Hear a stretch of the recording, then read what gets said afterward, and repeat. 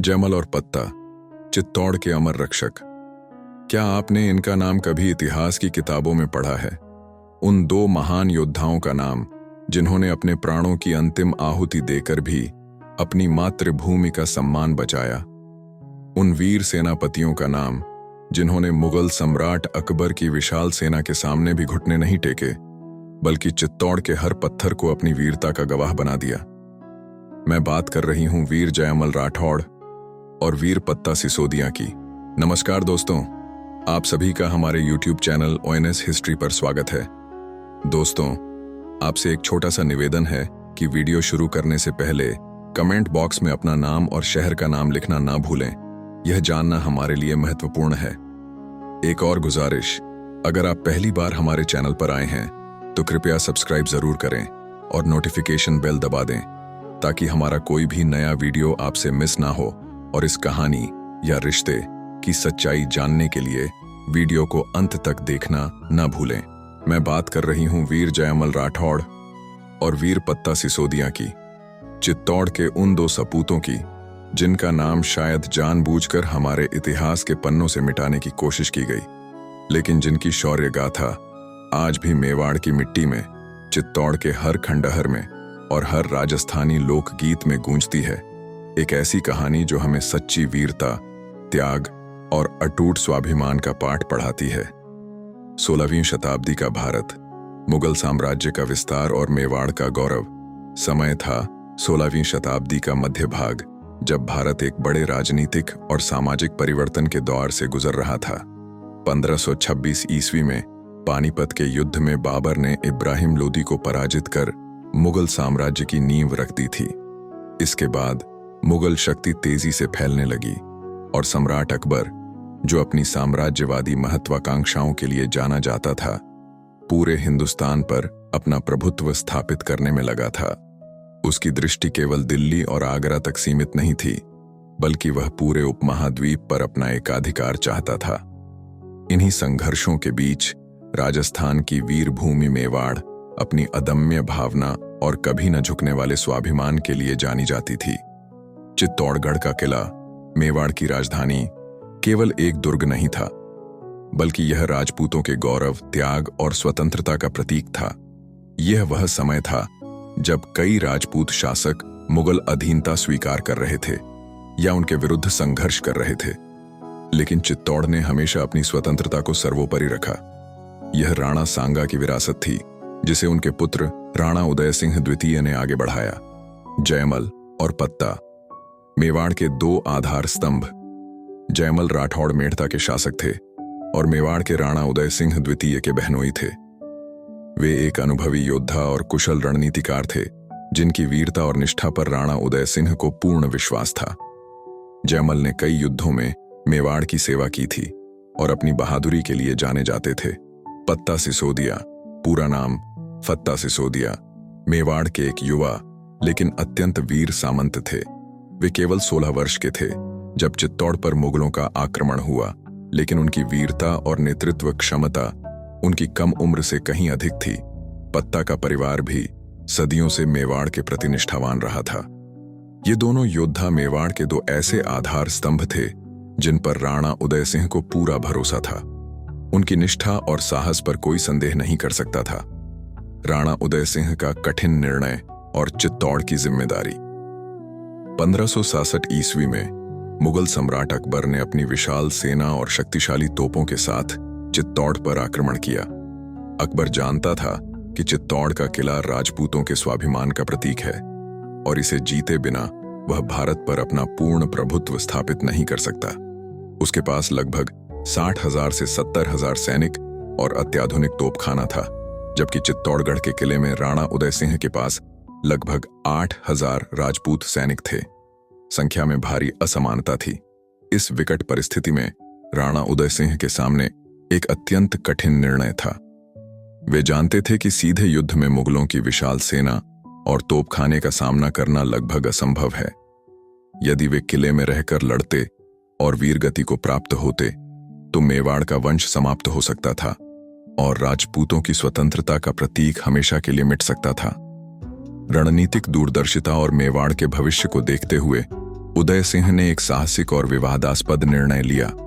उन्होंने किले को अपने सबसे विश्वसनीय और वीर सरदारों जयमल राठौड़ और पत्ता सिसोदिया के भरोसे छोड़कर अपने परिवार और अपने छोटे पुत्र महाराणा प्रताप के साथ अरावली की पहाड़ियों में सुरक्षित स्थान पर जाने का फैसला किया। यह निर्णय कई लोगों को कायरतापूर्ण लगा, लेकिन यह वास्तव में मेवाड़ के वंश और उसकी स्वतंत्रता को बनाए रखने के लिए एक रणनीतिक चाल थी। उदय सिंह जानते थे कि यदि वे जीवित रहे तो वे संघर्ष जारी रख सकते हैं और भविष्य में मेवाड़ को फिर से प्राप्त कर सकते हैं। जयमल और पत्ता ने इस निर्णय को सहर्ष स्वीकार किया। वे जानते थे कि यह उनके लिए सर्वोच्च बलिदान का क्षण है, लेकिन वे अपने राजा के निर्णय और मेवाड़ के भविष्य के प्रति पूरी तरह समर्पित थे। चित्तौड़ की घेराबंदी, एक अदम्य प्रतिरोध की गाथा। 1567 to 1568 ईस्वी। अकबर ने चित्तौड़गढ़ के किले को घेर लिया। किले की अभेद्य दीवारें और राजपूतों का अदम्य साहस मुगलों के लिए एक बड़ी चुनौती थी। घेराबंदी कई महीनों तक चली। अकबर ने अपनी तोपों से किले की दीवारों पर लगातार गोले बरसाए। मुगल सेना ने सुरंगें खोदने और दीवारों में बारूद भरकर उड़ाने का भी प्रयास किया। किले के भीतर जयमल और पत्ता ने अद्भुत नेतृत्व का परिचय दिया। उन्होंने अपनी सीमित सेना के साथ मुगलों के हर हमले का मुंह तोड़ जवाब दिया। जयमल, जो किले की रक्षा के मुख्य प्रभारी थे, ने अपनी सैन्य सूझबूझ से मुगलों की हर चाल को नाकाम किया। पत्ता ने अपने युवा सैनिकों के साथ मिलकर मुगलों पर कई सफल जवाबी हमले किए, जिससे उन्हें भारी नुकसान हुआ। एक रात जब जयमल किले की दीवार पर मरम्मत कार्य का निरीक्षण कर रहे थे, तब सम्राट अकबर ने स्वयं अपनी बंदूक संग्राम से उन पर निशाना साधा। जयमल घायल हो गए, लेकिन उन्होंने अपनी हिम्मत नहीं हारी। उनके पैर में गोली लगी थी, जिससे उनका चलना मुश्किल हो गया था। यह घटना राजपूतों के लिए एक बड़ा झटका थी, लेकिन इसने उनके संकल्प को और मजबूत कर दिया। अंतिम युद्ध, जौहर और शाका की अमर परंपरा। जब यह स्पष्ट हो गया कि जयमल गंभीर रूप से घायल हैं और किले को और अधिक समय तक बचाना संभव नहीं है और मुगलों का प्रवेश निश्चित है, तो चित्तौड़ में एक बार फिर इतिहास का सबसे बड़ा और हृदय विदारक बलिदान हुआ, जौहर और शाका।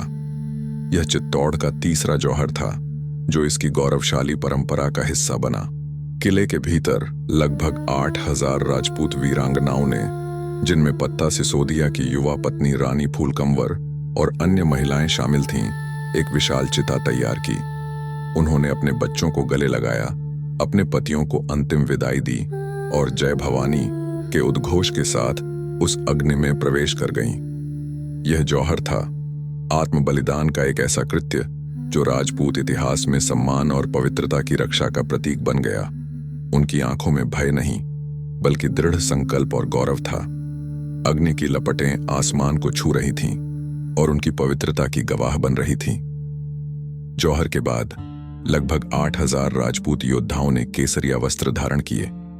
ये शाका का प्रतीक था, अंतिम युद्ध के लिए तैयार होने का। उनके पास अब खोने के लिए कुछ नहीं था, सिवाय अपने सम्मान और अपनी मातृभूमि के। जयमल राठौड़, जो पैर में गोली लगने से घायल थे, को पत्ता सिसोदिया ने अपने कंधों पर बिठा लिया। यह दृश्य अद्भुत था। एक घायल सेनापति अपने युवा साथी के कंधों पर सवार होकर अंतिम युद्ध लड़ने जा रहा था। जयमल और पत्ता ने अपने सैनिकों के साथ किले के द्वार खोल दिए। वे जानते थे कि यह उनकी अंतिम लड़ाई है और वे इसमें वीर गति को प्राप्त होंगे, लेकिन वे मुगलों के सामने झुकेंगे नहीं। वे हर हर महादेव और जय राजपूताना के नारों के साथ मुगलों की विशाल सेना पर टूट पड़े। यह कोई रणनीति नहीं थी, बल्कि यह सम्मान के लिए एक बलिदान था। राजपूतों ने अद्भुत शौर्य का प्रदर्शन किया। उन्होंने मुगलों की पंक्तियों में घुसकर उन्हें भारी नुकसान पहुंचाया। जयमल और पत्ता स्वयं युद्ध के मैदान में लड़ते हुए वीर गति को प्राप्त हुए। उनके सभी सैनिक भी अंत तक लड़ते रहे और एक एक करके शहीद हो गए।